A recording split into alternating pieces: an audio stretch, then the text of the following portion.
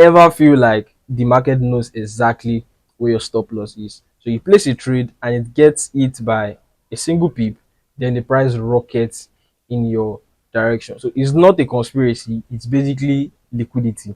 While retail traders are taught to trade patterns or even trade different levels, the big players are looking for your orders to fuel their entry. So today I'm going to show you how to stop being the liquidity and start trading with it. So before that, you need to understand that for every buy, there is someone else that is selling to equate that.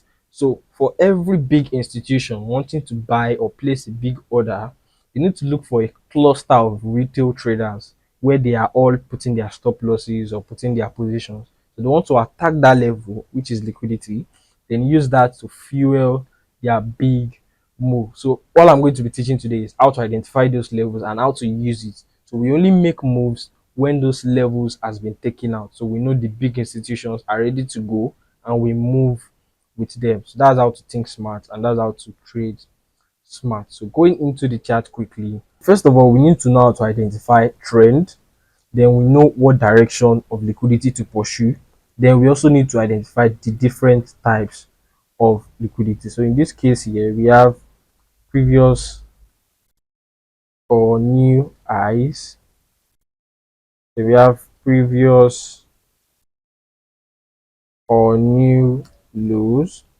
Then we have equal lows or equal highs. So we'll explain as we move forward. So let me just use the replay button from here. So like I said, we need to identify the trend, direction of the market, then we'll know which liquidity to pursue. So looking at this, price is looking like an uptrend. So in that case, we would have been targeting this liquidity on the high side. So this is a previous high before. So price created this low, was creating highs, as we're targeting this previous highest high. So you can see price took out that liquidity. So the moment it does that, we have a new high. So at this rate, or at this point rather, this is our high. At this point, this is our high, and this is our lows. So we have this low. This is a significant low. See this low came down very well. Low and high, low and high. When you are working with directional bias, so if you want me to just create a video on how to identify a trend or identify lows and high, you can just drop it in the comment section. I'll do a different video, but for now we're focusing on liquidities. So we have that low, we have this low also here. So we just mark all these points out. So those are key levels. So price is bullish, we want to keep attacking the buy side. That means once it's coming down, we want to go up. Let me just increase this play back a little. Okay, just to play. Okay, let me just use my hand to move it. Okay, so we created a new low here. So at this point here, we already broke structure here to the downside. That means we want to start attacking sell side. So what I'll do now is now mark out all the sell side. Okay, let's make it faster. First, so we can see price took out this low, took out this other low. So we'll keep attacking the lows because price is now in a down move. So we'll keep attacking the low. So this is next low we are attacking. So the more it keeps going down, the more the more we keep looking for previous low. So this is a previous low. So we just mark those ones down. Then also note that once price start going back up, or if I have a change to the upside, these are the lows, previous highs, sorry. These are the highs we'll be attacking. All these previous highs, previous low. So you just have a note or have it somewhere, then you know how to identify those liquidity. So when you're taking a trade, take a trade in the direction of the market. First of all, the direction of the market. Now that direction, what is the next liquidity point to get to? So we'll play price and just see as it goes. Okay, see this point here is a very good liquidity. Let me delete this previous low, this previous high here. This out. So this is an equal low, is a very strong point. So price will still come back there. May not be immediately, but in the future. But currently we are still going down. So see price went up, came down. Means this is a good low or a previous low to attack. Why we'll still get to this place, but for now, let's play price. You can see that. Keep taking those lows, keep taking those lows. So play price. Beautiful. Keep taking those lows. So I'll go ahead and delete all these ones here. So our chart is looking clean enough. So basically that's what we want to do. We need to keep updating our lows. So and 1 hour, 4 hours is a very good point to identify those lows. 15 minutes might not be really clear or solid, but see all these lows here. So we'll keep identifying them. Now let me just play price and see how our trend is playing out. So we're still going down.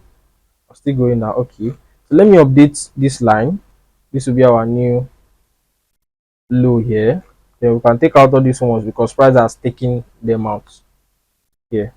This one here, price has cleared this place. So we'll go ahead and take it out. This one too, we can go ahead and take it out.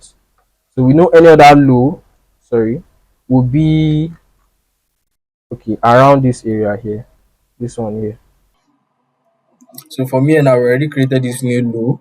So we'll most likely attack these lows here until we start changing direction. See, for now we are still playing around, we are ranging. Pause first. This is a good high too.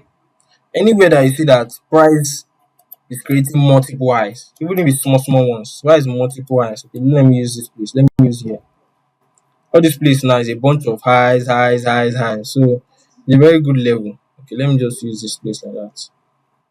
It's a very good level. So price will most likely come back to that. So let's just play price. After this, so you can see that we took it out. We took it out. So basically, that's how you understand that concept. So if price is going in an uptrend like this, maybe in an uptrend, let's say it keeps bouncing off or keeps creating higher highs and higher lows, we'll keep attacking these highs. But if price decides to start going down in a downtrend, overall in a downtrend, let's say it changes now, it breaks structure like this to the downside, then it goes up, break again. So we'll be attacking down. So you know, first of all, your trend or what direction we are moving in. Then secondly, we now start looking at the liquidity that we need to get to next in the direction of that trend. I hope I'm making sense. So that's how you apply it, and with this, you have a better understanding of when to buy and when not to sell. So you know where we are going to, or you look at okay, we are close to that level. Wait for price to take it out before you now proceed. Let's say you want to buy now. Okay, let's say you want to sell, for example. Sorry, we want to sell. So in this case, we'll wait for price to take out the buy side first. We know that there's nothing in that buy side for now. In the mini buy side, they will now start looking for continuation to sell. So there are different ways to apply these things, but if you're enjoying this video, just like and subscribe. And if you want me to explain anything, drop it in the comment section. If you also want more videos in knowing when to take the trade after clearing liquidity, when to take the trade, so you can just let me know. But till then, we'll see in the next video. Peace.